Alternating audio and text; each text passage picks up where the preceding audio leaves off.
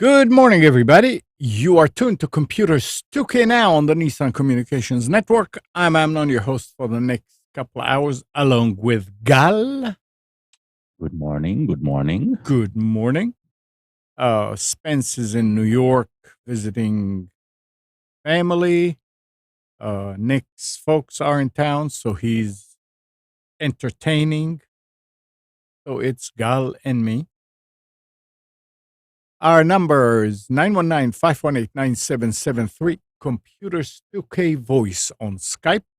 And today's show is made possible by vMix Software, by DudeInIT.com, and is sponsored by Tom Sinclair of Live Streaming Gear. And it's a beautiful morning out there here in our area. I don't know how it's you, but yesterday afternoon we had some bad storms coming through. Normally the day after, it's really nice. Did you have a lot of rain? Rain, thunderstorm, everything. Yeah, we got almost half an inch, which is nice. Yeah. It's always a reminder that this area rainfall is during the summer. So Yep. So the IBM PC turned 40. The IBM PC turned 40. Yep. 40 years since the IBM PC, the 8088 IBM PC. Well,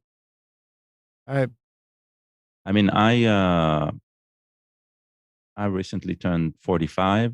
Yeah. So the only thing I can give advice to the IBM at age 40, right, is don't take it too hard. Enjoy life. Well, I remember the PC. There were so many things we could do with it back then. I mean, the memory was little chips that you plug in.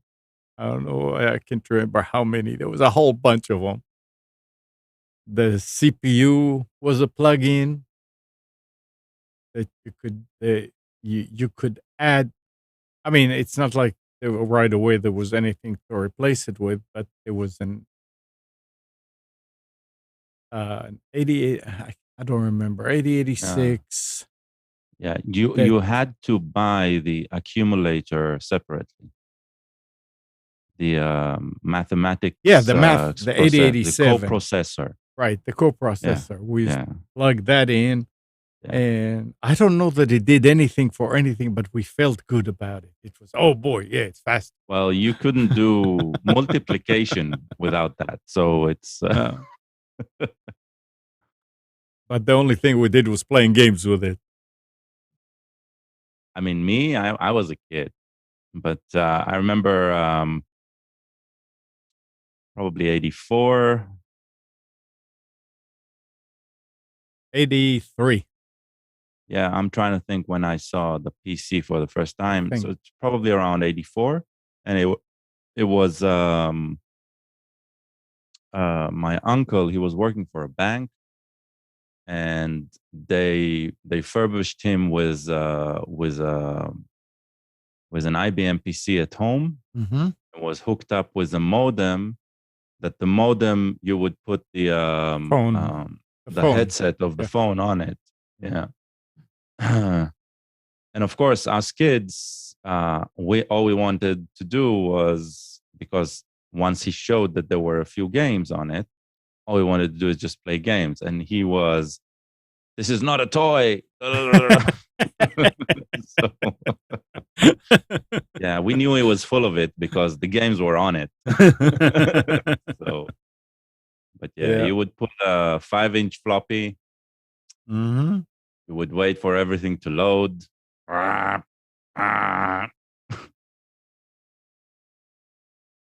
Yeah, Yeah. long time ago. It, But I actually used its older. sibling. Was it older? Was it older? Which one? The Sinclair Spectrum. I think it came out The at the 80s. I Sinclair. think I it think was yeah. older by 1 year. And the personal computer by the Sinclair company. Yep. And until today, I have so many fond memories about it. So yeah, that's the machine. I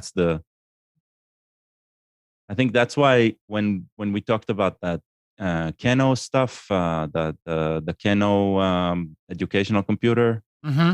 uh, I think It that's part of reminded. why I'm so excited when things like that show up, because that's the Sinclair Spectrum with the 16 kilobytes of RAM, right? That hooked up to a cassette tape. That's what I learned how to code on when I was And a they child. worked good. Those Amazing. those devices back then, unbelievable. Yeah. Yeah. And the Yeah. simplicity, right? Hooking it up to a Mhm. TV receiver, TV with the RF receiver, and it just worked. Um, so yeah, Them were the days. yeah, the good old days when nothing worked. Yeah. You had to wait for 15 minutes for something to work. Or to happen. Yeah. But when it happened, it happened. Yeah. Yeah. 40 years ago, it came out.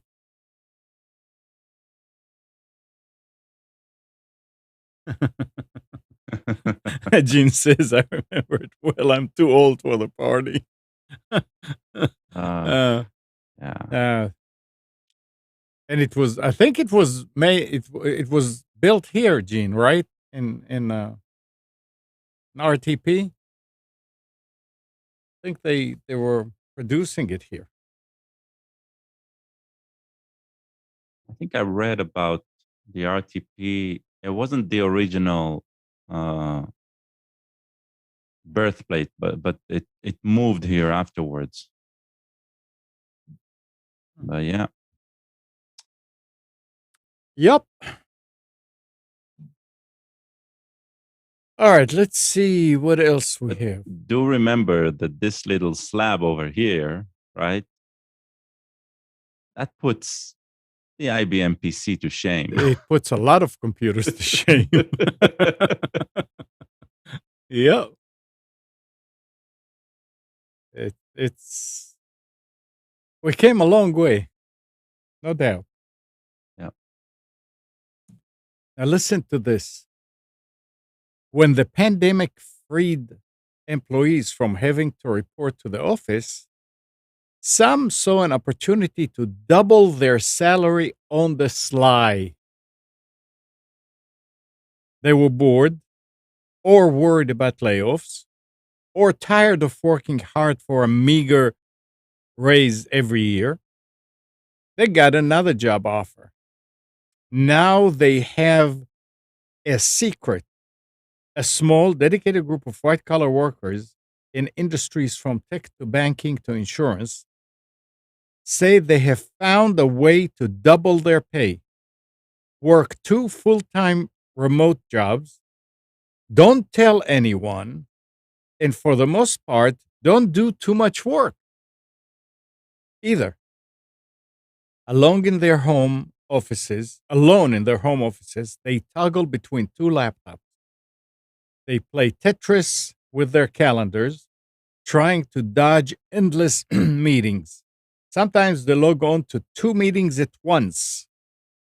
They use paid time off, in some cases, unlimited, to juggle the occasional big project or ramp up at a new gig. Many say they don't work more than 40 hours a week for both jobs combined. They don't apologize for taking advantage of a system they feel has taken advantage of them. That is interesting. I would. I mean, You couldn't I'm not do it. saying there is a single lie in the article. I am saying the article is presenting a lie, and I'll explain. Okay. If they say many, there's probably, you know what? Maybe there's 100,000. Okay. Yeah. Globally, Yeah. that's not many. That's many compared to me, right? It sounds right. There's no specifics, nothing. Yeah. Right? There's no example. There's no numbers. It all sounds like BS. I'm sorry. You can't, right? You can't. Amnon, Gene is trying to call in and says there's no answer. It does. Interesting. Why is it not playing? Gene, call again. I wasn't watching the screen. But it should. Yeah, it doesn't make any noise. Let me see. Oh, there it is.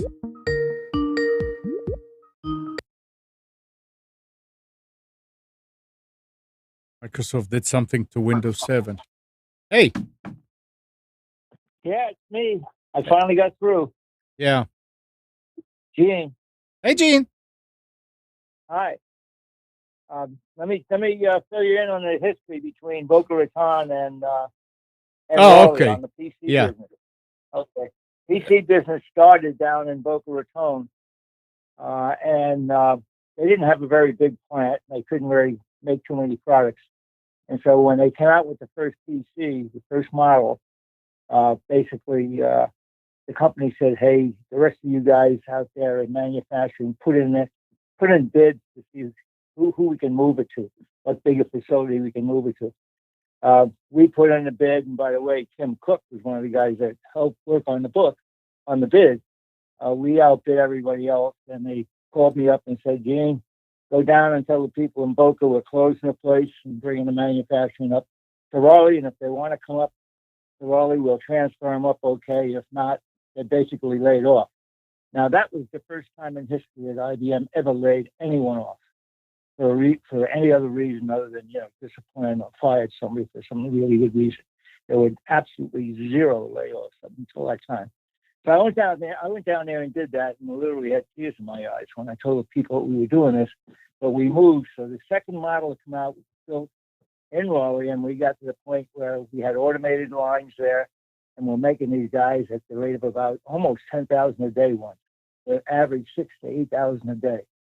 So that's kind of the history of it. Any other questions? No, I mean it's just back then. I mean, I was a little bit into computers, but not like now. So I remember some of that stuff. Yeah, and basically, when they developed it, they didn't have an operating system. They were using DOS down there. Yeah. And so when we started want to come out with a new product, we said we need an operating system. So we put bids out for the operating system. Well, Bill Gates and Allen, they had put in the bid for the DOS, and they won that. And they were working out of a garage, and they won the bid for a regular operating system, which of course became Microsoft. And so that was the beginning of Microsoft. Yeah, I remember putting it either with MS DOS or PC DOS, and it was about the same thing, but there were certain differences. Yeah. So it's a very interesting history out in Research Triangle Park. And, Apple's moving back out there now to do some stuff. So maybe Tim had something to do with that. I don't know. But they're coming to town. Yeah, we'll see. Yeah. And, All right, Gene. and so far, okay, good. I'll be watching the conference. Take care. Thank you. Thanks for calling. Right on. Ah, Bye bye. yeah, they're more interesting times. This is amazing. I mean, I remember you talking about that double job, but they said that they're not supporting Windows 7 anymore. Microsoft, the machine Not that supporting. yeah, I mean it's unsupported. Yeah, so is XP. I Yeah, mean, no. The thing is, the machine that the uh, call in is on is a Windows 7. okay, And up till I don't know when, probably about a month ago, 2 months ago, the main complaint I have about Skype there is that you couldn't tell Skype where to ring. okay, So I I had a different uh, channel that it was the ringing. The ringing is the same as the sound effects machine. It's okay. it's on the same computer. So I keep it like halfway up because I didn't want the ringing to be loud, and it was working fine so far. The reason why and I kept the computer's 2K voice um, fader all the way down, so if when I answer, I don't get somebody's echoes and all that. That's why I didn't hear the ring. Now I have to have the computer's 2K voice fader up. The other fader makes no difference. So apparently they updated. Well, they could have updated Skype, of course. Yeah, and Yeah, that and makes more sense. Yeah. yeah, that's true. I didn't think about that. Yeah, so that's good to know. I like it like that. Good. Anyway, so you were talking about the double work and that it seems like it's a I full mean, of. they might have found a, you know, one or two people to talk about it, Mhm. but they do not present numbers. It's it's in Uh, no, they don't present number, and they're saying that right. it's mainly in tech, Yeah. banking, and insurance. I mean, these are tech is that's huge. What in tech? But Yeah, and it's not really. I mean, insurance, anybody who can work two jobs yeah, and make it work on a 40-hour mhm, week, I say go for it, absolutely, right? Yeah. But to claim many are doing it, I call bullshit. yeah, that's a good point. Good point. Yep, yep. And the part of about having two meetings at once, Yeah, that that's happens to you on a single job. It doesn't. You don't need to work two jobs for that, right? So it's all like it's. I'll quote my son when he says, "Dad, have you noticed that?" And I'm sorry, I'm not. If this sounds offensive to anyone who's listening, but he says, "Have you noticed that all of the TV commercials is directed at old people? TV is like old people media." And at first I didn't really. I mean, uh, I was dishing him, but this Mhm. news article sounds like old media, like old people directed messaging. We have this new ecosystem that you are not part of, right? And you people, you can't check us on it, and we're going to tell you things so you'll hate it more. So it's like Yeah. that's how the article sounds. So, and I just found it, and it isn't written any better, even though it's longer. There's nothing in it. Oh, Okay, well, I mean, I accept that. Absolutely. Yeah. But it's funny. Yeah. Eleanor, it was published on Slashdot or on The Verge. Yeah. So they're quoting Fox Business. Uh, what? Fox Business. Just found the article. Oh, It's the only place it shows up. So, interesting. yeah. And talking about Apple, you mentioned Apple coming down. A large homeless encampment is growing on the site Apple earmarked for its North San Jose campus. 2 years after Apple made waves with a $2.5 billion pledge to combat the Bay Area's affordable housing and homelessness crisis. What started as a few RVs parked on the side of the component drive has grown over the past year into a sprawling camp of dozens of people. A maze of broken down vehicles and a massive amount of trash scattered across the vacant Apple owned property. People with nowhere else to go live there in tents, RVs, and wooden structures they built themselves. At least 2 children call the camp home. That in my mind, that doesn't go with Apple employees, something like this. Yeah, but it It's has nothing to do with Apple, right? well, I They mean, have land. These homeless people are yeah, right now using that land. yeah, It's not as if Apple said, "Hey, come sit here." no, absolutely, It's just sure, land that hasn't been used. yeah. So, yeah. It's amazing that something like this is happening there. So now they're trying to work with the city and with county, trying to figure out how to, because they know that they're not going to be able to just Right, because if go. they're going to kick them out just by force, they're just going to be the big bad. Yeah, And they cannot afford being big bad. absolutely.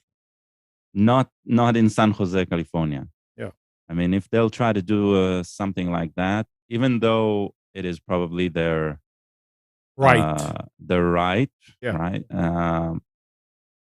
Yeah, they know it'll blow up on them really, really hard.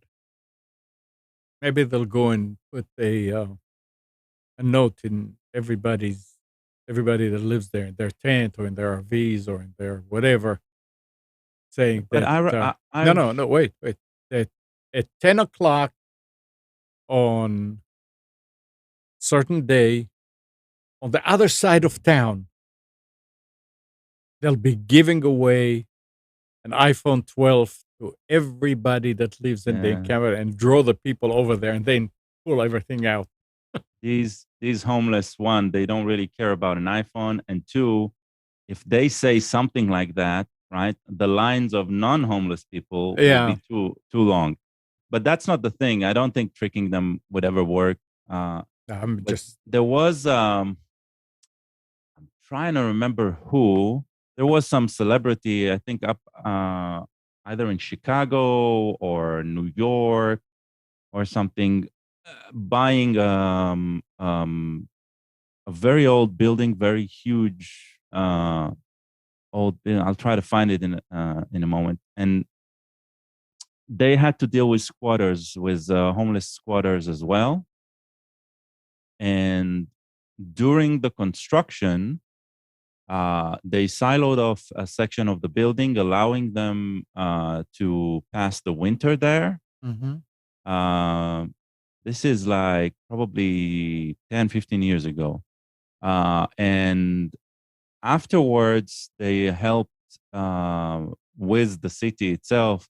They helped build up other shelters and stuff. So the resulting end was they got to build their own luxurious, I think it was a hotel or something like that over there. allowing the homeless to have a place during the winter while they dealt with all of the development around everything, right? Mhm. And the city eventually got 2 or 3 more homeless shelter from the result of the positive work in order to to try to fix the situation. And yeah, so maybe Apple is going to be the big philanthropist here at the end, saving. That would be And nice. Yeah. and the journalists behind these articles, they'll be able to tap themselves on the chest and say, I was part of it. Yeah. Yeah. Yeah, I Alright. just hope. I mean, most of these people, I would say almost all of these people are not in the situation out of choice, right? Of course not. So Yeah. yeah, Yeah. it's a terrible thing. Alright. You wanted to talk about some app that you found, Oh yeah, I wanted and to mention an Android app. I need to go and print something real quick. So you talk about that. Yeah. So the Android app I'm talking about is something you need to sideload. It's not in the App Store. It is actually a replacement for the App Store. It's called Aurora Store. And the reason I want to mention it is, if there's one thing that really bothers me, and this is true to the Apple App Store as well, but I just don't use it, so I don't know the alternatives there.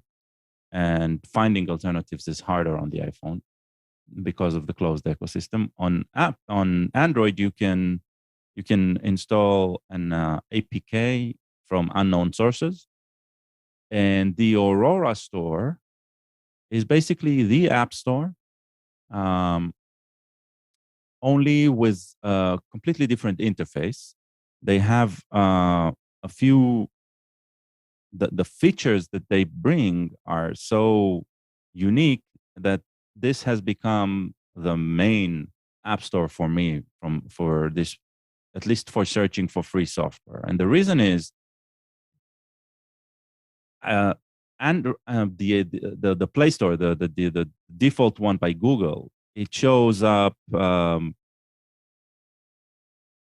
any app you want to install has a very distinct tag saying this app is shows ads, and or this app has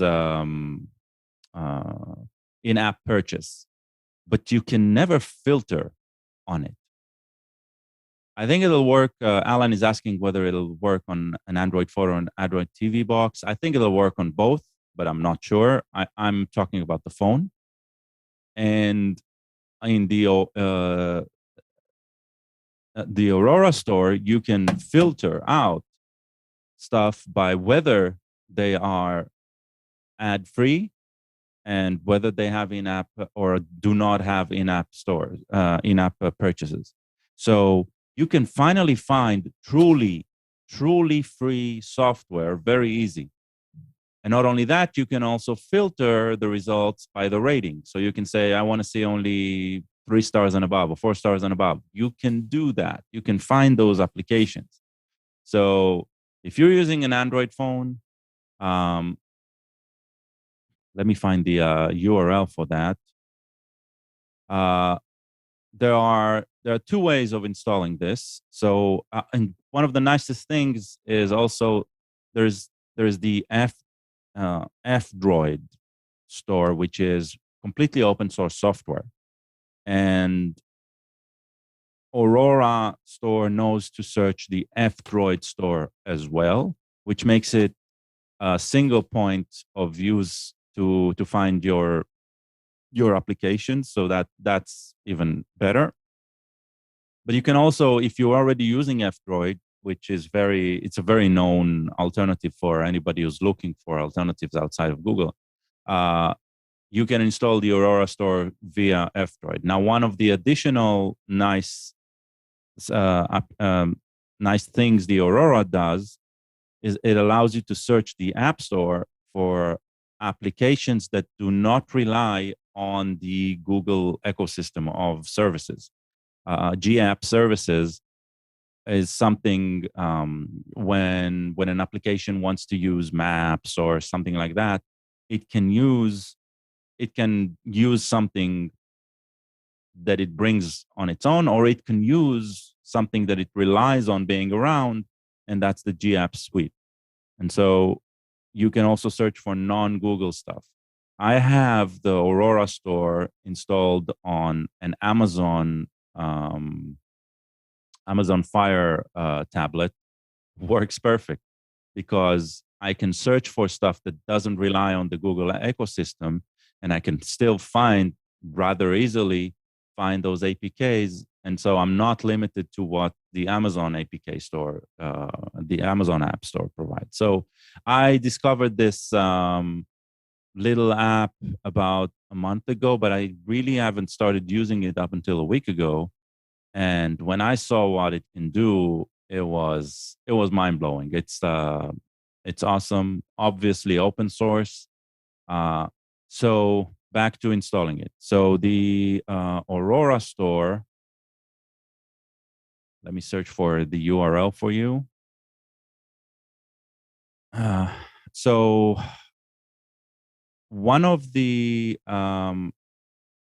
ways is just going to Aurora OSS, AURORAOSS.com. Wow. Yeah. Yeah, it's a mouthful. And just download the APK there and install it. If you already use F-Droid, you can just search for the Aurora store in F-Droid.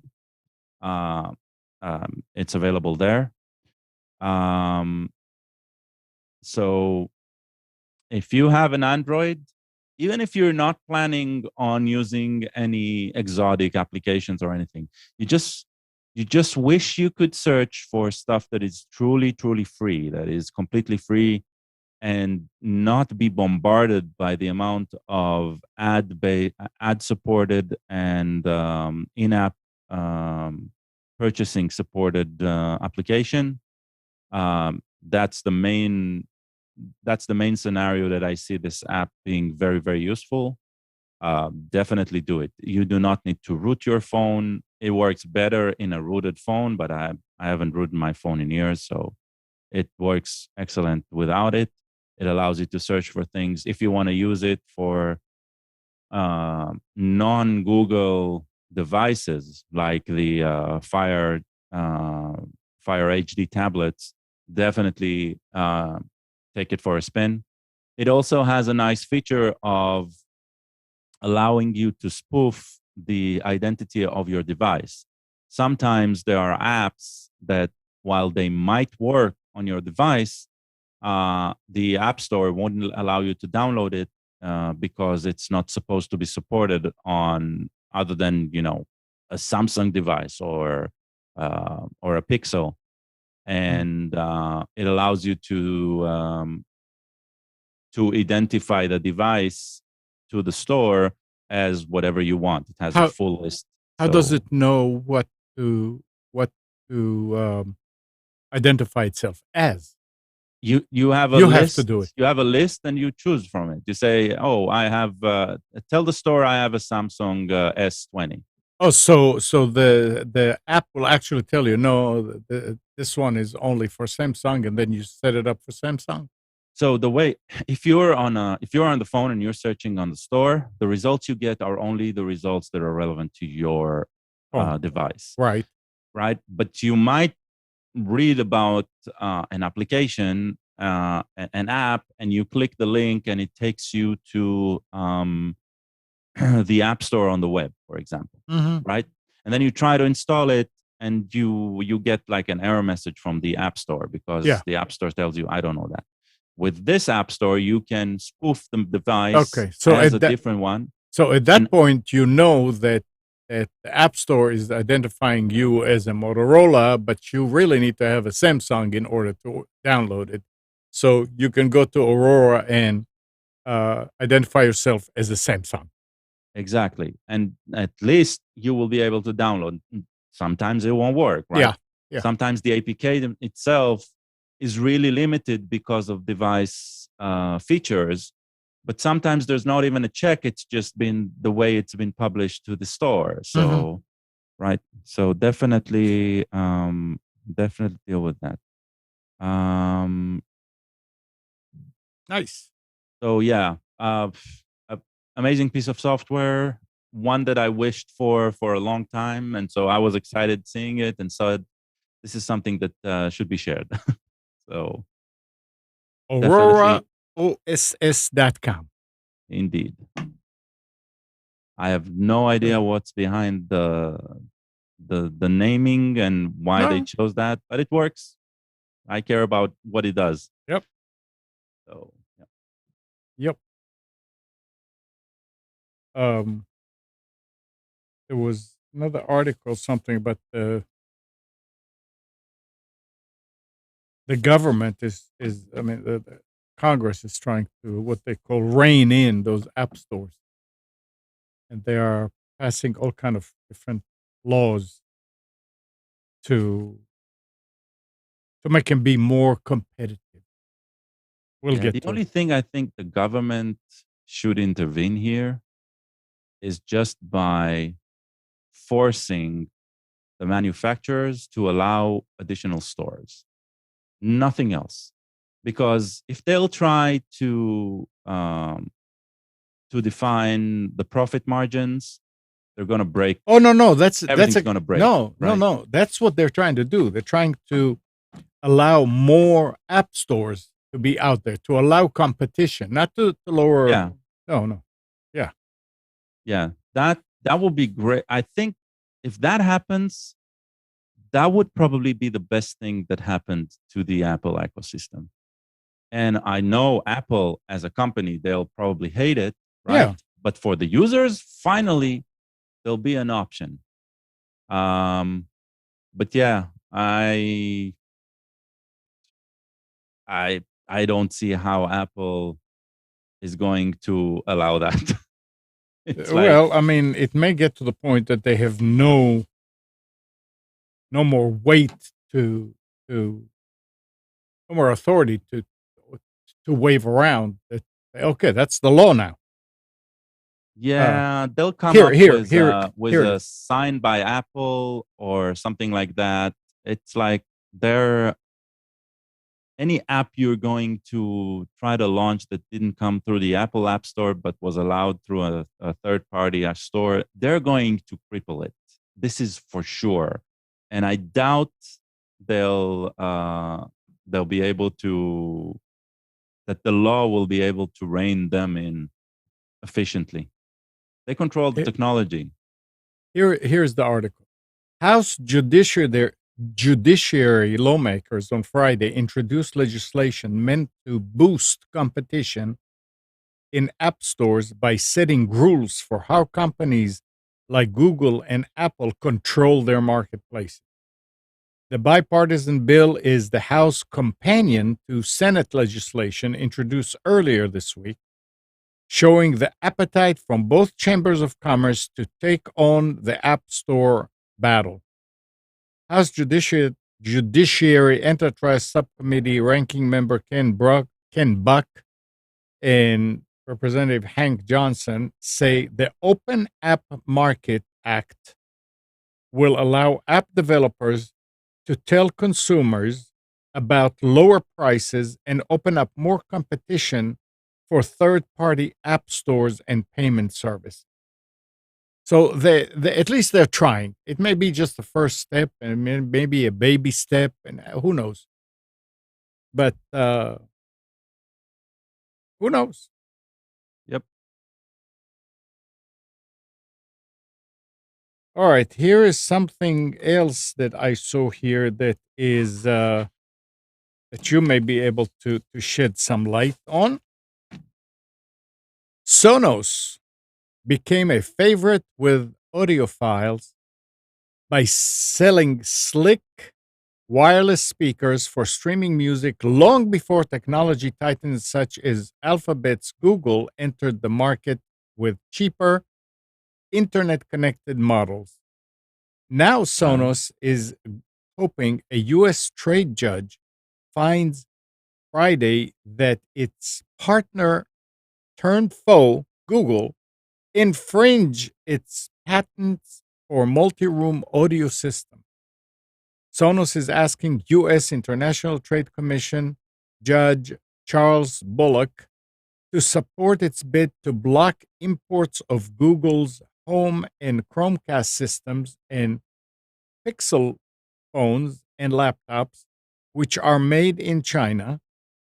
Google has thrown everything at us in this case, but we believe that the evidence before the ITC demonstrates Google to be a serial infringer of Sonos valid patents, and that the ITC case represents just the tip of the iceberg. Sonos chief legal officer Eddie Lazarus said in an earning call Wednesday. So they're going after Google, saying that they're Sounds like that. infringing. You had Sonos for some time now, right? Yeah. I mean, look, it's expensive. Okay. If anybody does not describe Sonos as expensive, they're lying to themselves, right? But it's good. It's like awesome. And I mean, Amazon has multi-room audio as well. It doesn't sound like they're chasing them. So they probably found something that Google is doing specifically the same without permission. Right. So, hey, I say the best of luck, right? I mean, Sonos compared to Google, to Alphabet, they're small. So it's definitely I don't think they would have. I don't think it's a political move. I don't think it's like a populist move. It's not like, hey, look at me, I'm here. I deserve more. Just I deserve some more attention. Sounds like there's something in it. Otherwise, they wouldn't have taken the case on. I say, wow, it probably won't stop Google from importing, but their stuff back to the States. But it's definitely going to put a dent in their plans. But don't just by the fact that Chrome has some Sonos technology in it, don't think that Sonos doesn't work like Google doesn't work. It works so much better. I'm pretty impressed with what it can do. We have 4 speakers at home. We have 5. We have the Beam, which is hooked up to the TV. We have 2. They're called S1, I think, or yeah, I think S1. Small ones that are hooked up. They're all wireless, so they're all connected to the Wi-Fi network, and the only thing they need is power. And so those 2 S1s, they are part of the Beam's system surround. So they provide full surround sound from the TV. And on top of those 2, I have 2 Sonos Moves, which are completely portable speakers. They're the only Sonos that I know of that has Bluetooth, because they can also work outside of the Wi-Fi network. And they sit on this ring that charges them. So it's easy to pick up and just put it back on. And they are part of the same ecosystem. So I can tell Sonos, hey, play music all around the house on all 5 speakers. Or I can tell it, just play on one of those or play something different on each. And it works seamlessly. And you think wireless and latency, stuff like that. We sit down and watch TV, and full surround sound works amazingly well. So I know it sounds great. I mean, the few times that we were there, and those things and the are house, working. the house is filled with great sound. Yeah. And the working with it is rather easy. And by the way, the interesting thing is, I moved the easiest music service to work with any speaker at all, right, is Spotify. I would say that hands down. But we've moved away from Spotify to YouTube Music right now. The reasoning behind this was YouTube Music is with us no longer relying on the Alexa ecosystem.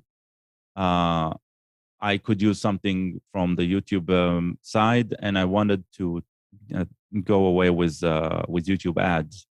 And so with YouTube Music Premium, I add, I don't know, $2 a month for the entire family, and we get YouTube without ads as well as YouTube Music. And so it works it works pretty good with the YouTube Music. Now you're saying they're at ends. I'll probably need to switch back to Spotify if they start shutting down the services. Well, Just so, I mean, that's what happened with Amazon and YouTube for a while. Remember with the Fire TV not being able to play YouTube, Google pulling the YouTube app from the Amazon ecosystem. yeah. So, yeah, just hope they won't get there. So, need to deal with another switch of services. Yeah. But it's interesting that after all this time, that now they are finding out they're doing this, and they Well, actually evidence bring. when they come. That's when they come, right? yeah, Right? yeah. If you don't have fiber yet, listen to this. AT&T says that supply chain shortages will delay fiber construction to about 500,000 homes that it originally planned to wire up this year, and warned that shortages are likely to impact other companies that purchase fiber even more. Up through the second quarter, we hadn't really experienced any impact from the supply chain disruptions that are happening across the industry. But since the start of the third quarter, we are seeing dislocation across the board, including in fiber supply. That's coming from Executive VP and CEO of AT&T. I thought this news article was brought to you by Starlink. AT&T previously told investors to expect 3 million homes passed with fiber this year. We're probably going to come in a little bit light, probably around 2.5 million. The planned deployment of 3 million locations include all the fiber construction AT&T has completed in the first 7 months of 2021. And as we've written previously, AT&T is expanding its fiber builds in about 90 metro areas, with new locations primarily consisting of homes and businesses close to AT&T existing fiber installation. So they were going like crazy, burying fiber across Raleigh, Cary, in the triangle in general. Here they are. They're seeing a problem with the supply of fiber. And I guess that's part of this whole industry shortage of components. And talking about fiber, I'm finding out, and it may just be in my head and seeing it. AT&T's 500 by 500 is working faster than Google's 1 gig by 1 gig. When I upload to YouTube and archive, I mean, it is so fast. faster than the 1 gig. So when you upload to YouTube Yeah. via AT&T, it's faster than a Google connection. That is interesting, isn't it? Yeah. With when I do a speed test on the phone with AT&T, it's about 300 and some. When I'm on Google, it's about 170, 190. I don't know. I mean, it's interesting. It is interesting. And keep talking about fiber. Listen to this. Now, what's the main problem in connecting fibers to all the homes? Digging it, burying it, bringing infrastructure, it there. Yeah. Listen to this. The UK. The government has launched a £4 million fund to back projects trialing running fiber optic broadband cables through water pipes to help connect hard-to-reach homes without digging up roads. The money will also be used to test out monitors in pipes that can help water companies identify and repair leaks more quickly. So apparently they're having a problem with leaks, a lot of leaks in England.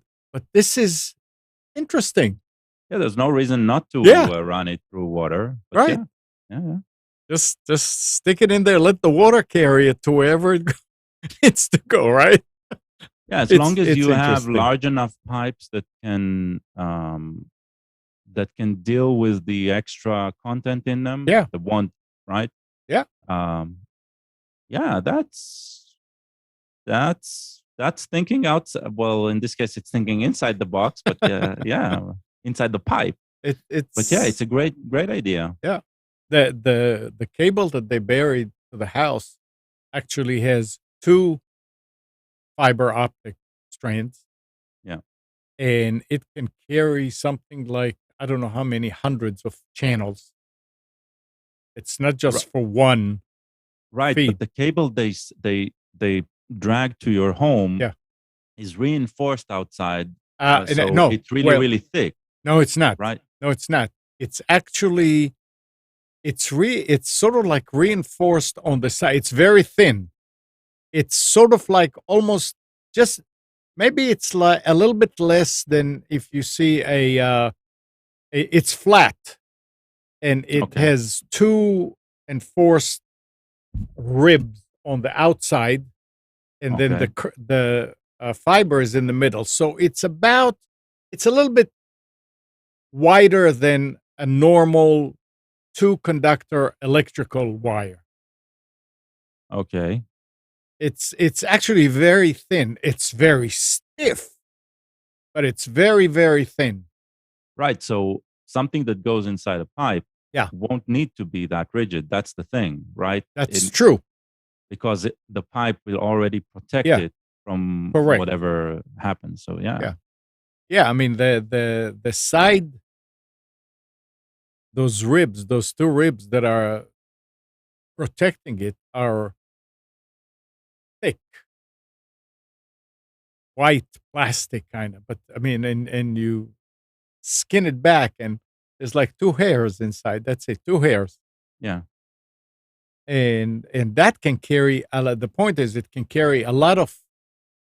Apparently, that's the smallest one that they can use, but it can support a whole bunch of channels, so a whole bunch of customers. It's not just for one customer; it's for hundreds of customers.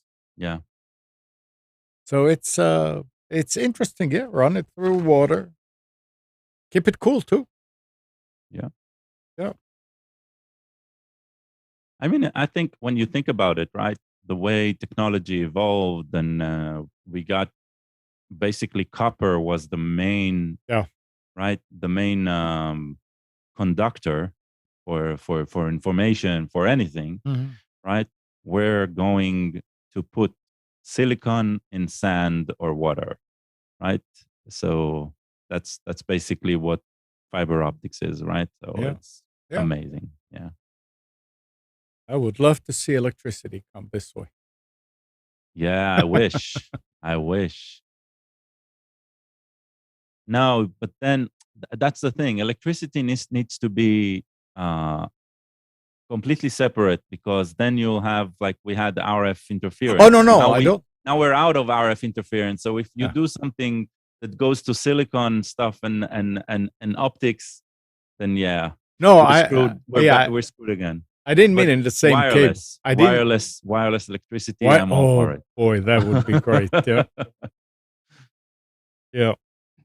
Yeah, and all of those naysayers saying it'll bring cancer, bring it on. Ah, sheesh. I'm not afraid. Yeah.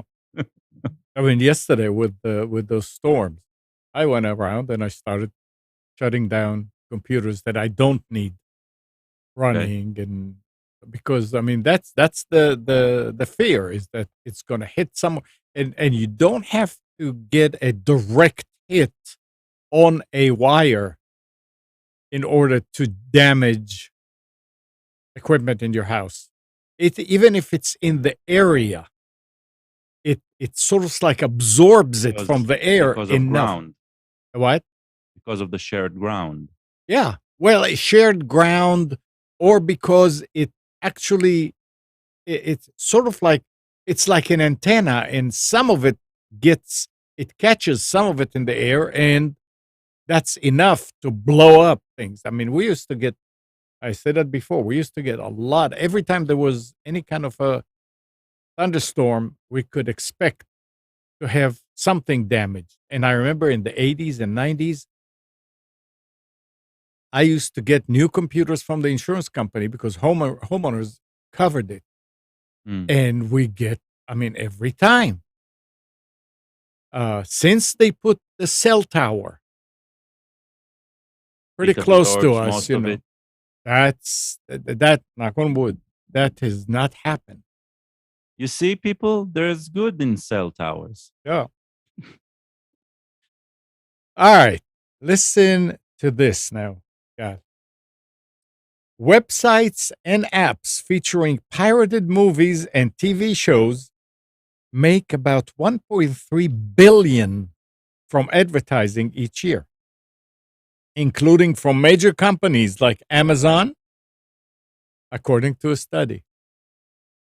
The piracy operations are also a key source of malware, and some ads placed on the sites contain links that hackers use to steal personal information or conduct ransomware attacks, according to the online safety nonprofit Digital Citizens Alliance and the anti-piracy firm White Bullet Solutions.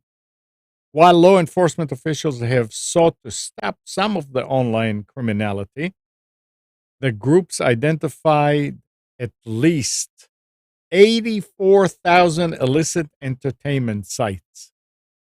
They identified 84 pirate sites for movies and videos. 84,000. That means that they're probably 10 times more that they did not identify. I don't know. But to think, I mean, there's a lot, but you really need to understand. We really need to understand how they count this, right? Okay.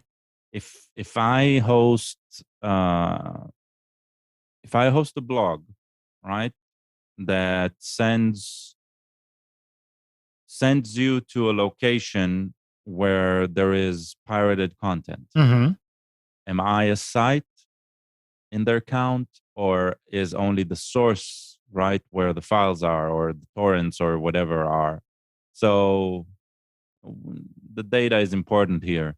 I'm not saying that the number is high. Point. The number sounds actually low, right? That's not the thing. I don't understand what they're counting. So I don't know. Yeah. Are they counting the trackers? Are they counting the indexers? Because from my experience, when it comes to how people find torrented content, for example, right? BitTorrent content.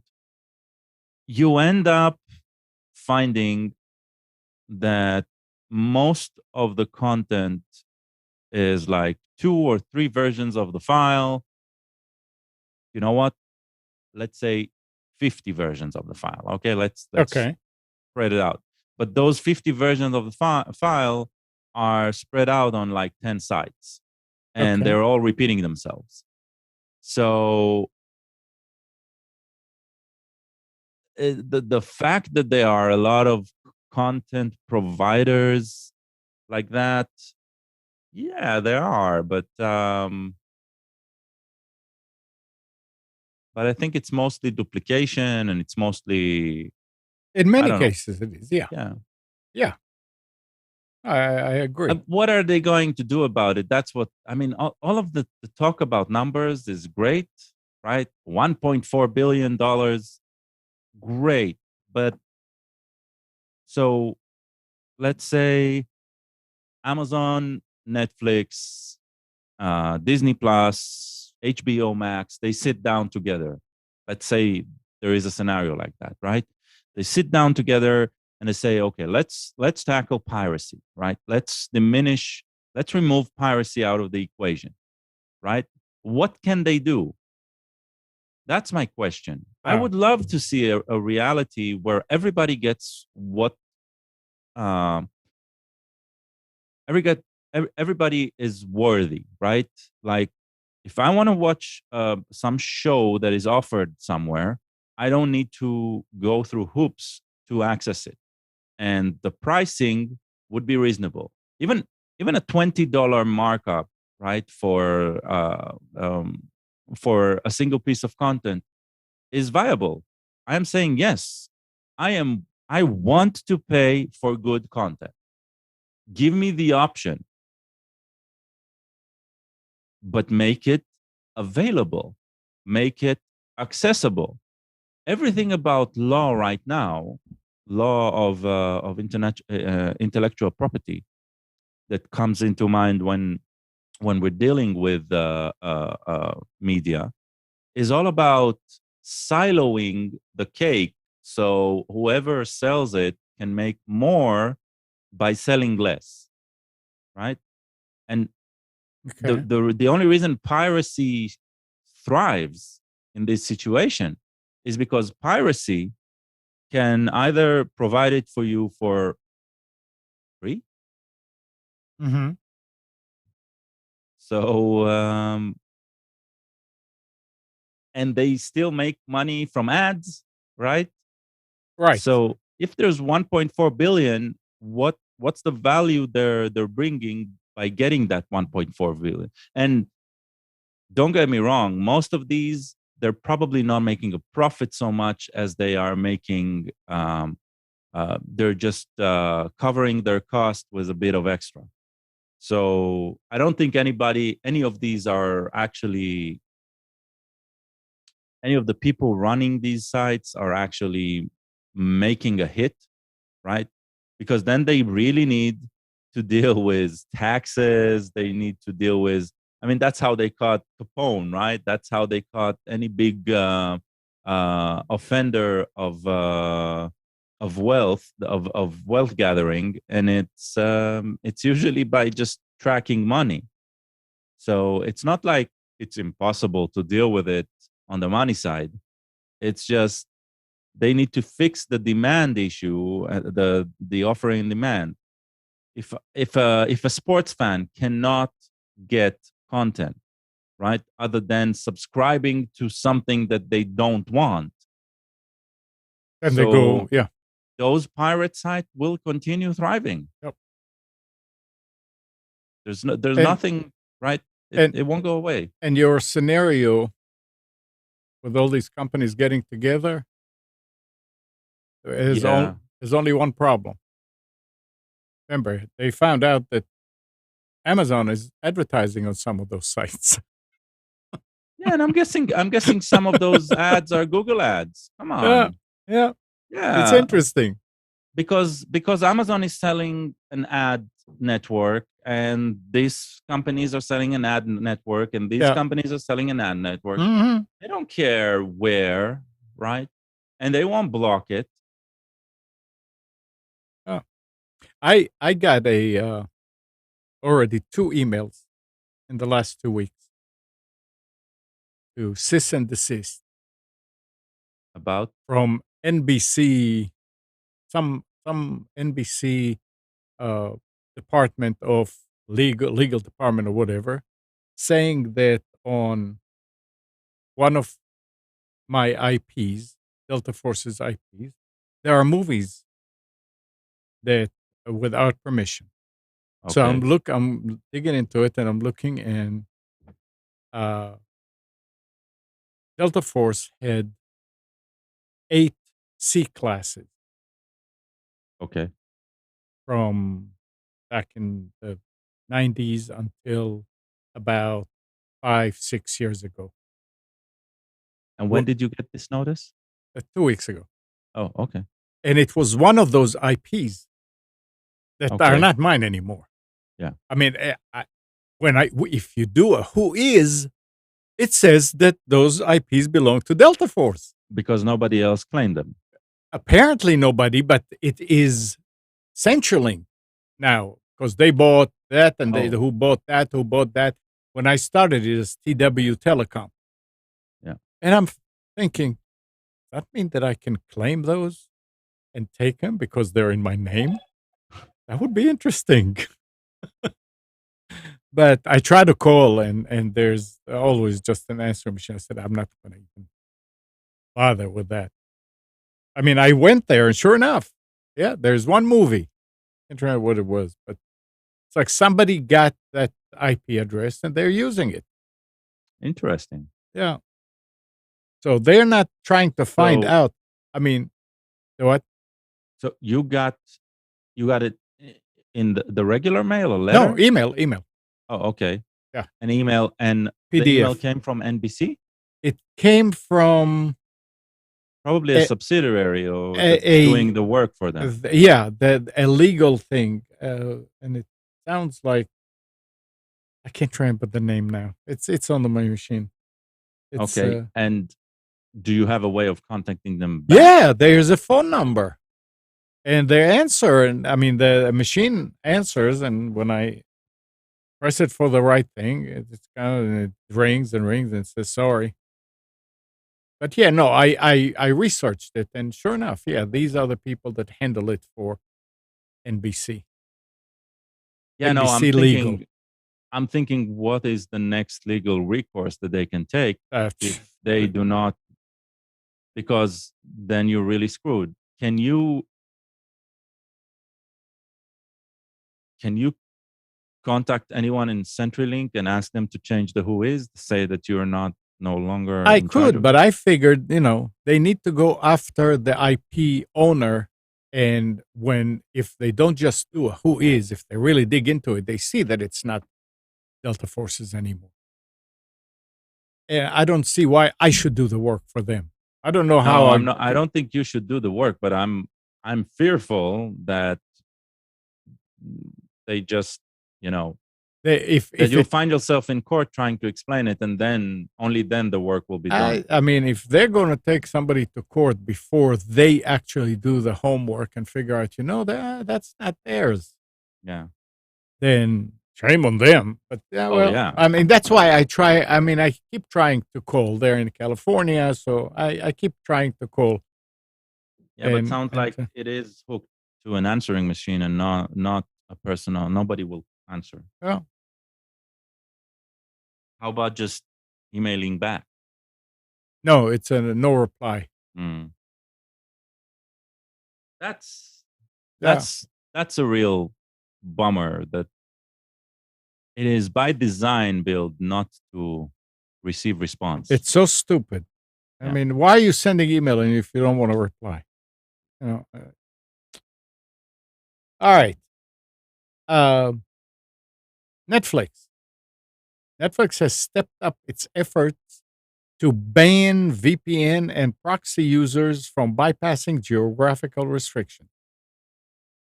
the streaming service is now blocking residential IP addresses too, since some unblocking tools use these to bypass restrictions. This isn't without collateral damage, as many regular internet users without a VPN now report missing content on Netflix. There is a flurry of complaints on social media from users whose VPN services were suddenly blocked by Netflix. Previously, these people couldn't play any content while using a VPN. That changed last year. Now VPN users can see Netflix originals while other content is hidden and blocked. It's like they're doing it kind of haphazardly.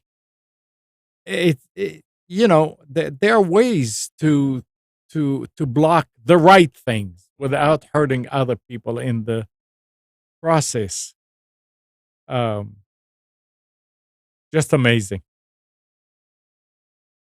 I still don't understand the entire blocking stuff.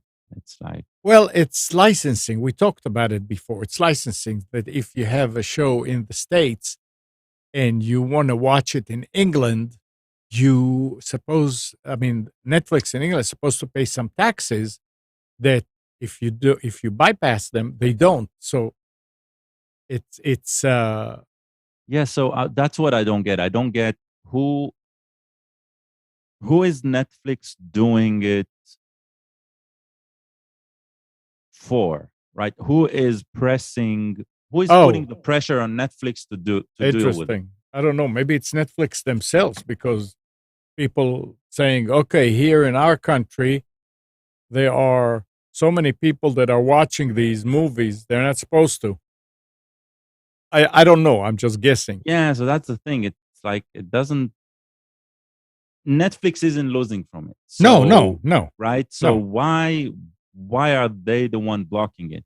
And it's not like I remember Netflix being taken to court by, I don't know, by Warner Brothers for not blocking, right? So that's what I find interesting, that they keep on really fighting this, not really understanding why.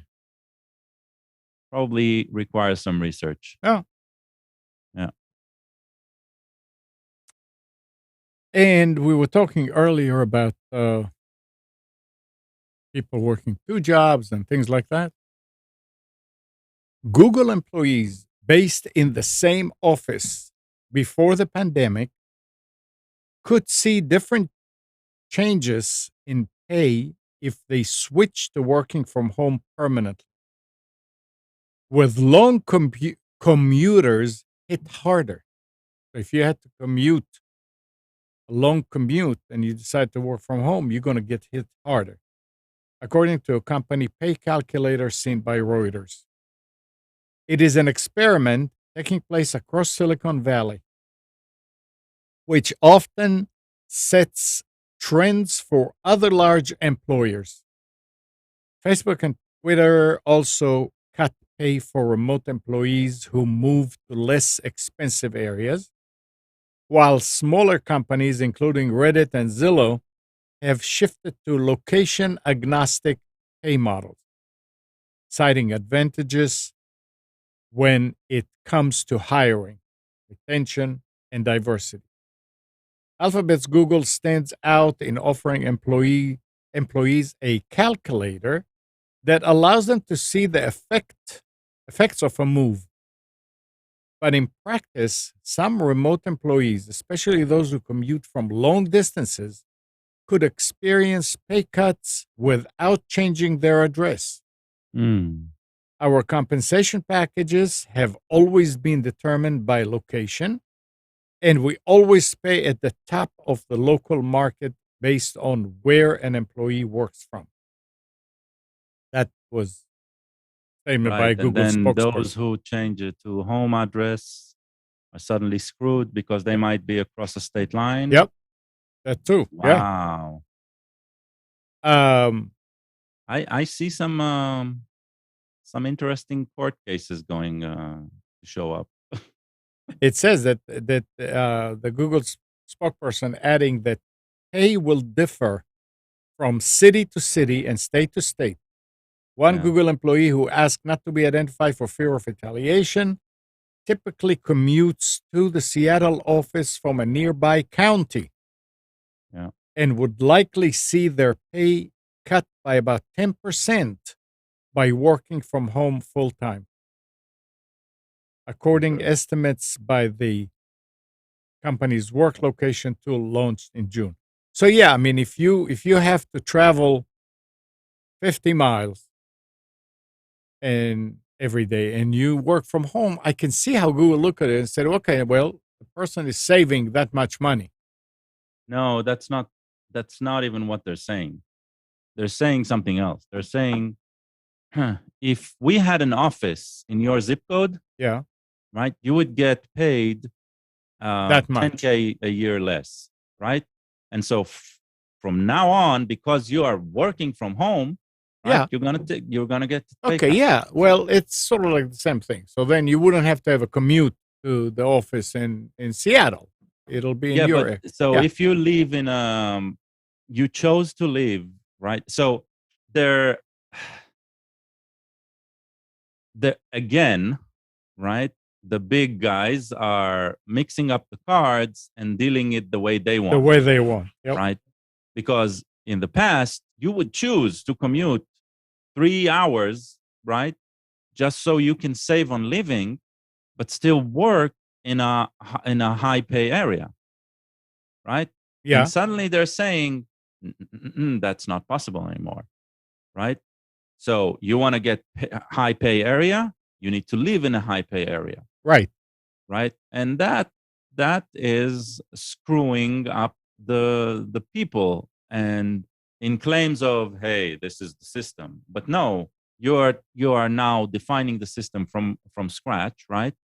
And so if I'm working for you in your higher rate area, that's where your headquarters are, right? Then don't get stingy on me just because I chose to work further Right. away from Yeah. you, right? Correct. Correct. Yeah, they're redefining stuff. Right. Yeah, and don't forget, Eleanor makes a very valid point. You no longer, as a big company, right? You no longer need to pay the overhead of housing me, Right. right, in a plush Yep. office with very nice amenities, right? And you're taking away that Yeah. profit from Yeah. me, Yeah. right? So you're gonna make a buck and then a killing. It's like, Yeah. yeah, Yeah. this is Yep. this is really bad. Yeah. So we'll wait and see what happens with this. You Yeah. remember before Google was named Alphabet, Yeah. they also had a slogan: "Do no evil." Yeah, they seem to have forgotten that. Uh, The corporate sharks have taken over completely. yeah. Well, I mean, sometimes they just do this and wait to see what kind of a response they get from the industry, from their employees, from So maybe that's what they're doing. Maybe. Can we get away with that? We Yeah, don't think. I think it's way too late for can we get away from that if they're starting to do it, providing a calculator and all that, right? It's like, Yeah, but they said that it's an Like- experiment taking Yeah. place across Silicon Valley. So we'll have to wait and see how that experiment goes. yeah, If you, they you see- know, Gmail was like a 15 years old experiment before it removed the beta sign. So yeah, All right, let's go on. Though you might assume children are the most tech savvy generation out there, it turns out there's an area where they're just as behind as adults. Passwords. National Institute of Standards and Technology released research on last Wednesday showing that even though kids are taught best practices for creating passwords, they're not following them. NIST surveyed more than 1,500 children aged 8 to 18 and found that, for example, 87% of high schoolers use the same password for everything. Depending on age group, 45% or higher of high schoolers versus 23% of elementary school kids. Many share passwords with friends. Researchers suggest that those surveyed don't see password sharing as risky behavior, but rather a matter of building friendships and trust. Would you go out with me? I'll give you my password. No, but we can share our Netflix password, for example, right? Yeah. Yeah. But using one password across everything. I mean, when you're that age, you may not have much to lose. Exactly. But when you get used to doing that, and then you're growing up and you start having financial stuff, that's where the problem will. Look, up until what? 25 or something for me, right? And I was deep inside, a lot of forums and social websites. I wasn't going out as Gal Shkolnik, but I was definitely using the same username for almost everything, right? And probably had 2 or 3 passwords. And they were just interchangeable, right? What changed was a very viable way of managing passwords and having them connected to the website and all that, right? Today, my password vault has 2,649 different logins, right? And I am guessing they are probably 95 to 98%. Every single one of them is just a random generated password, right? And I have a few that are not randomly generated, but they are backed up by second factor authentication. And this way, if I lose access to the vault, I can still, the vault itself does not have a randomly generated password, but it does have a very long sentence that makes up as the passkey and has two-factor authentication to lock it. So I am confident in relying, right, my trust into it.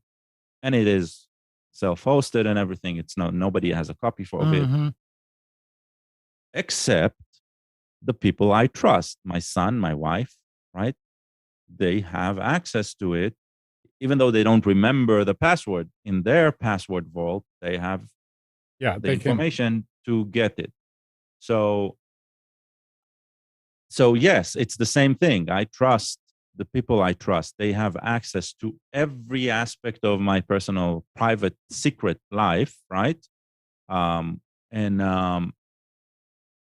But when it comes, I think it has to do with, and it seems like Windows, and I'm guessing Mac on its end, they're trying to change that, because one of the things that you see in the OSs, right? Windows, when you install it today, it asks you to create a user with them. And the reason to do that is they also manage a password vault for you, right? It's just you need to trust them. Yeah. But instead of trusting your friends, now you're going to trust Windows. So you need to get into the habit, right, of trusting a system. Find a system that you trust and start using it. It can be the Microsoft password vault. It can be the Firefox password vault. It can be anything, right? I recommend Bitwarden and Vault Warden. as an open source, self-hosted solution. KeyPass is a very simple yet very effective method as well. So find a solution that you trust and start using it, and start teaching your kids at a young age. The one thing I am so proud of my family for not pushing back on me um, and following my lead here is my wife and my son. They have a password vault, Mm-hmm. and they are using that exclusively. They do not use any other method of username password, and they let the password vault generate the passwords, right? So they've not only that, I make it even extra difficult, right, by having a different email address for any service, right? So they also do that, Mm-hmm. and they use it and they trust it, and this is the system they know. And I know that just by doing that, right, they're a lot safer than not using it. It doesn't make them completely safe, but at least they're like in the neighborhood when you see the signs of this house is protected by, Yeah. right? Remember, those signs has nothing to do with whether you're protected or not. They're more for the burglar to say, hey, look at the other house. Right. Right. Right. So I know that to hack them, their um, their services, their accounts is a bit harder, and so they'll be skipped for now. I really wish everybody would be that way, and then we'll have a lot better protection of everything. But we're far away from that. We're far away. Unfortunately. Yeah, and I'm not surprised to hear that kids are doing that exactly the same. Yep. Nobody really teaches them. You know what? It's not even about teaching them. They cannot know the risk because they have what they have to lose is on the digital side. There's very few things that will devastate them, right? They will lose, right, a gaming account, for example, that holds all of their precious. So I don't know if you know, but in games, one of the things you accumulate is it's called achievements, right? Every time you finish a level, and now everything is social and everything is networked. So even if you were playing a game single player, just you with your computer playing a game, the more you advance, you get achievements in the game. Those achievements are collected into the game store, and that into your profile, and that profile is public. Mm-hmm. So somebody has access to your account, and you lose access. One, you lose access to your games, which were paid for with real money, and two, you lose access to all of the achievement. Even if you go and all of the games were free, right? Let's say that all of the games you got for free. Now you open a new account, 0 achievements. You need to start from scratch. Yeah. That is something for a kid, right? That might be relevant, but how do you explain to them in real life, right? How do you demonstrate that for them in Yeah. a way that they'll be empathetic about and understanding about losing that, right? You go to an adult, you say, hey, you lose your password to your bank, you don't know what's going to happen to your money, right? You can feel the cold sweat, right, when you tell that to a to an adult. So Yeah. so yeah. Hey, Nick. He's in the chat. Yeah. Okay, here's something else that people need to be aware of. Amazon has announced a new policy to pay customers directly for claims of property damage or personal injury under $1,000 caused by defective product. The new policy begins on September 1st and will apply to all products sold on Amazon.com, regardless of who sells them. Previously, if you wanted to file a similar type of claim, you had to work with the seller, which has raised questions of who's really at fault for defective problem sold on the platform. But when this policy kicks in, Amazon customer service will help facilitate claims between a customer, the seller, and the seller insurance provider. According to Amazon, the company won't ask for reimbursement for these payouts, though Amazon says it will keep sellers informed of every step. The $1,000 figure accounts for more than 80% of the cases, by the way. In some situations, the company could pay more. Amazon may step in to pay claims for higher amounts if the seller is unresponsive or rejects a claim we believe to be valid. So, I guess the sellers have to have some kind of insurance that they're selling legitimate stuff or not legitimate, but if something happens, then the insurance will pay for it. Well, I'm guessing it's already in the EULA with the sellers to start with, the agreement, the contract. Right. But yeah, Right. yeah, it sounds good. I mean, hey, I'm all for it. Absolutely.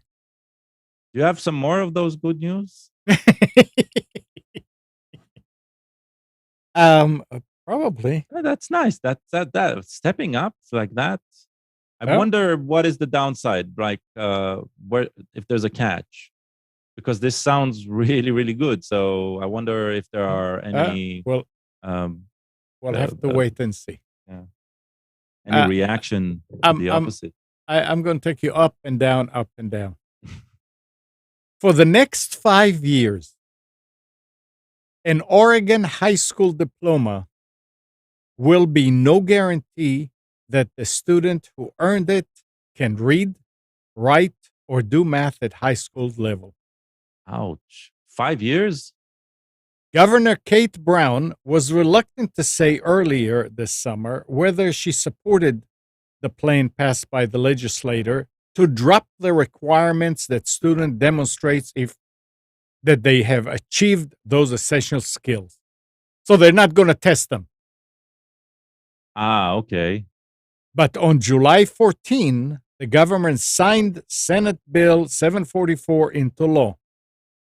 Through a spokesperson, the government declined again Friday to comment on the law and why she supported suspending the proficiency requirements.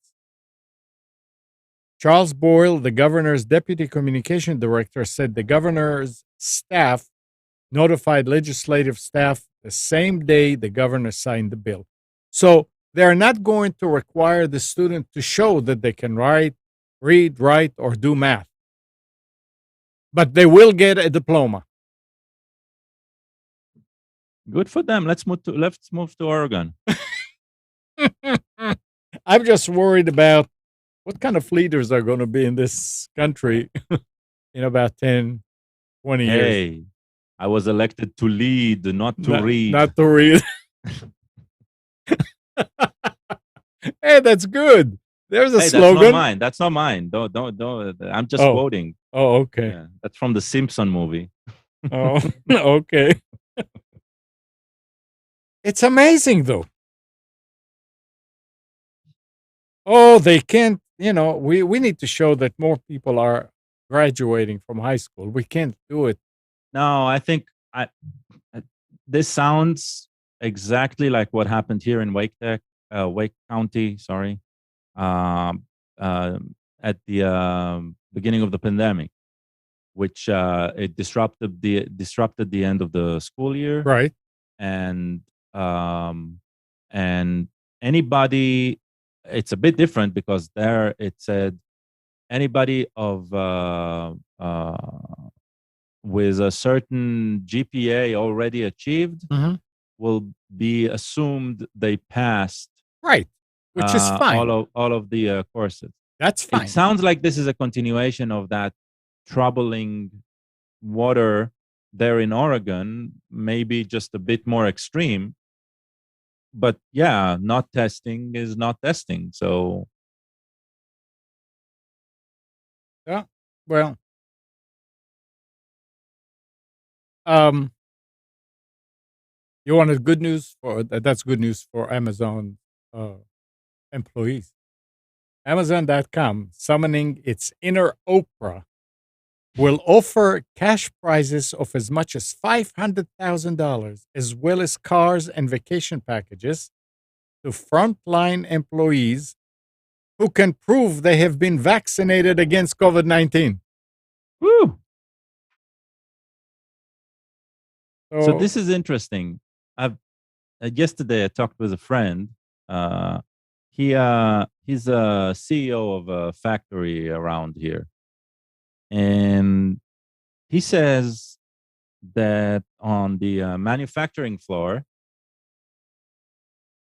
he has a high amount of people who are unvaccinated still, mhm.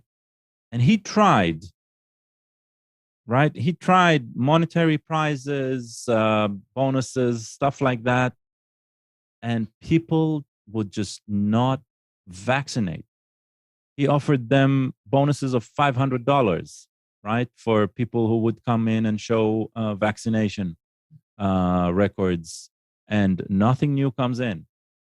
It's like those who don't want to be vaccinated. It sounds like money isn't going to budge them. It's interesting. Well, I hope that Amazon will fare differently, right? hopefully. Yeah, I like what United did, right? What did they do? I don't know. This was out either the week before or last week. They said we are going to only work with vaccinated employees. Anybody who's not vaccinated will not be allowed to work. Oh, As simple as that. yep. Um, I really hope. I know this ears a lot of people. This bugs a lot of people. But in this situation right now, I I just cannot see in a different way. The vaccines work. Um, they reduce risk in such a substantial way. Then we just need to go with the vaccine at this point. Yep. And any other questioning and rationale, while it's valid to question anything, right? Right now, the risk of not taking that route is just too high. And we are seeing this daily. It's irresponsible. Yeah. I'm not saying there is zero risk in taking the vaccine. There is risk in doing anything. There is risk in just sitting in your home and breathing because, I don't know, something might fall out of the sky, right? There is risk in anything. But we know what the risk of not being vaccinated is versus the risk of being vaccinated is. And yes, we do not know what risks the vaccine itself will bring on. People are saying, hey, we don't know what will be the effects in X years and all. We do know what are the effects of not being vaccinated, Mm-hmm. right? And they are too dire, they are too high. And that's what we need to address. Yep. Absolutely. Um, here's Eleanor something. says something about hospitals in Texas, right? Not vaccinated, no work, 153 people fired. If that's a hospital, right? It's like they shouldn't work there. And that's fine. And that's the way it should be. And it's hard, but I think it's the only viable unemployment, right? That should happen at this time. With what we're facing, it's just I can't see it any other way. So yeah. Sorry. Yeah. Yeah, I mean, if you're a school system and you have a bunch of buses and the drivers are all alcoholics, you say, no, I'm sorry, you can't work here. Yeah. Microsoft has released a security update that will change the default behavior of the point and print feature to mitigate a severe security issue disclosed last month. The what? For Point and print? point and print here. The first added in Windows 2000, the point and print features work by connecting to a print server to download and install necessary print drivers every time a user creates a connection to a remote printer without providing installation media. So it gets the printer from... This is Windows 98 stuff, right? Well, that's apparently all the way to Windows 11. Okay. It's been forever and ever like that. I mean, you know, when you try to set up... Yeah, I know. Yeah. I just didn't. No, I mean, for the didn't know they people, name it point for the and people print. to understand, when you're Yeah. at home and you have a printer connected to one machine and you try to share this printer, you can go to another machine and say, my printer is on Julie's computer. You go to Julie's computer and it says, okay, and it goes and it actually installs a driver on your machine. Right. You don't have to go and find the driver. It does it because it's already on the other machine. Right. So there's a problem with it? well, apparently. So earlier this year, Jacob Baines, a reverse engineer for Dark World Solutions, found that threat actors inside a company's network could abuse the point and print feature to run a malicious print server and force Windows systems to download and install malicious drivers. Since point and print ran with system privileges, the feature effectively provided threat actors with an easy way to gain admin rights inside any large corporate or government network. So what they did now to fix it is they would require an admin password in order to do this, to set up a machine or a printer from a different machine. They're not changing the code or anything, but they changed the privilege of anybody who's trying to print from another printer not connected to their machine in a network to provide the admin password. Say, yeah, I have the right to do that. So nobody could install malicious stuff. Yeah, this is something that a lot of tech support people need to know, because if suddenly you're trying to do something and say, hey, password, say, what? I don't have password. What's going on here? That's how they fixed it. Yeah, I don't. I don't know. Just asking for UAC isn't enough? Apparently. I mean, maybe that's until they fix the code or do something different. But right now, that's what they did.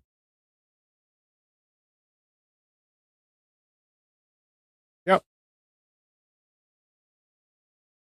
All right. Interesting. Let's see. Here's something else we're talking about: malicious Uptick's threat research team has discovered malware that not only hijack vulnerable Nix-based servers like Unix, Linux, all these, and uses them to mine cryptocurrency, but actually modifies their CPU configuration in a bid to increase mining performance at the cost of performance in other applications. So the malware will actually change the configuration, not the hardware configuration, obviously, but how it works. So you may be secondary. Hey, first I come, then you are, your applications. That's creative. It's criminally creative, but yeah. Yeah, it's interesting.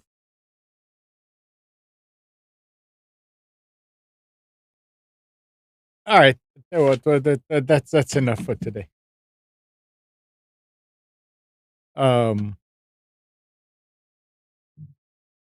We talked enough.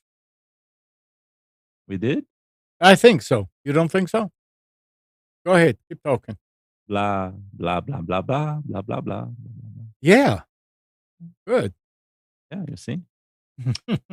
I can do we're heading to see our, we call them our local grandkids. They're our friends' daughters. Mhm. 2, 2 and 4. Mhm. And the little one, she hasn't really started speaking yet. She has a few words, but most of the time it's just her own language. It's like complete gibberish. Yeah. And she looks at you with such intensity. And Why it's don't like you understand? she is having a conversation with you and you are not responding. And so I can probably fake that. You should be able to. Just speak in Hebrew back to her. Yeah. Yeah. They both live in a Hebrew household. Yeah. But you would love her name. Her name is Gaia. Yeah. Right. So yeah. All right. Well, I'm glad to see that Nick is up. Yeah. Anyway. Hey, And- Nick, how's the visit going?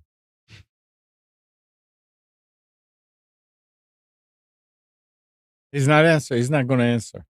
Yeah.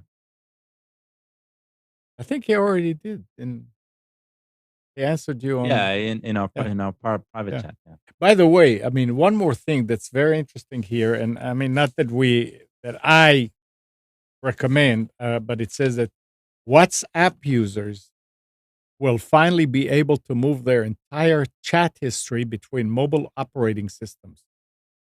Something that's been one of users' biggest requests to date. Yeah. They introduced a feature that will soon become available to users of both iOS and Android devices. Signal does that, right? In a way. No, actually, no. Signal only. I mean, I know I lost my phone, right? Yeah. So Signal can only restore backup from the same operating system and only on mobile devices. So even though while I was without a phone, my desktop application for Signal continued working, and that had all my history. Right. There is nothing I can do to transfer that back to the phone. And not only that, is I'm pretty sure. What happens what happens when you use the desktop app again after the phone is already up and running? Does it actually? So it has a way of reconnecting, but there's going to be a gap, right? So Okay. The thing, Signal is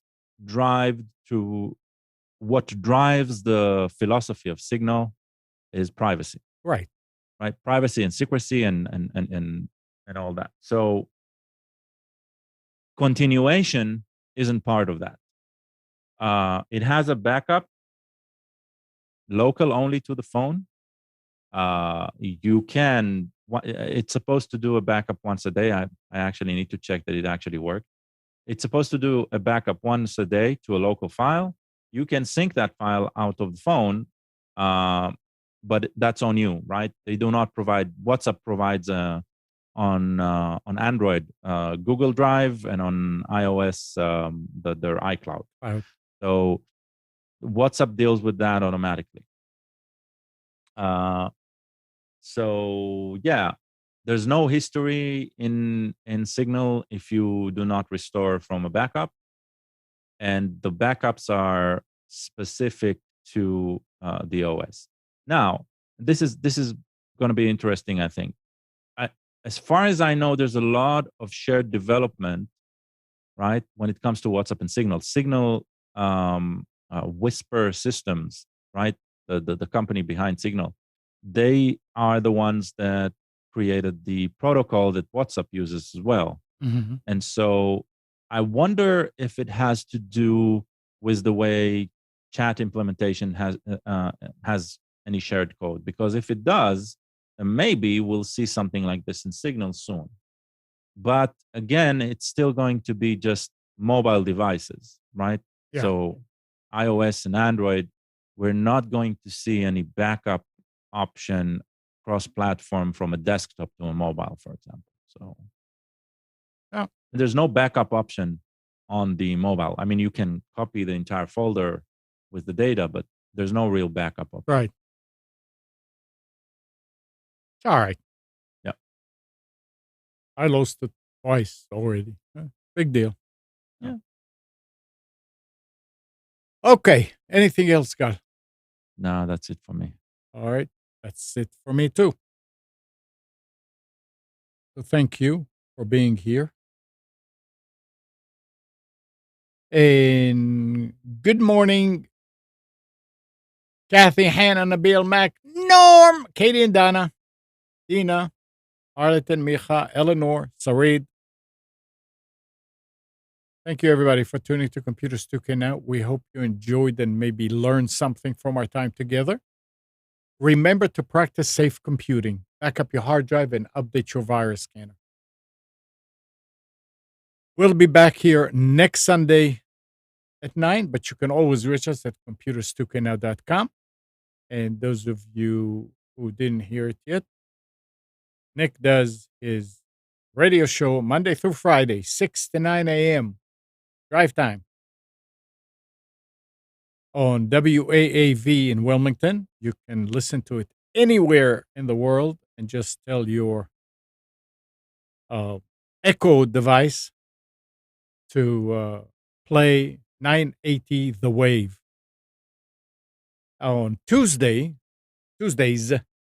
7 p.m., Nick and Brian do the Infection Podcast. That's for gamers on Twitch. So just go to Twitch and look for Infection Podcast. We'll talk to you next week. Bye now.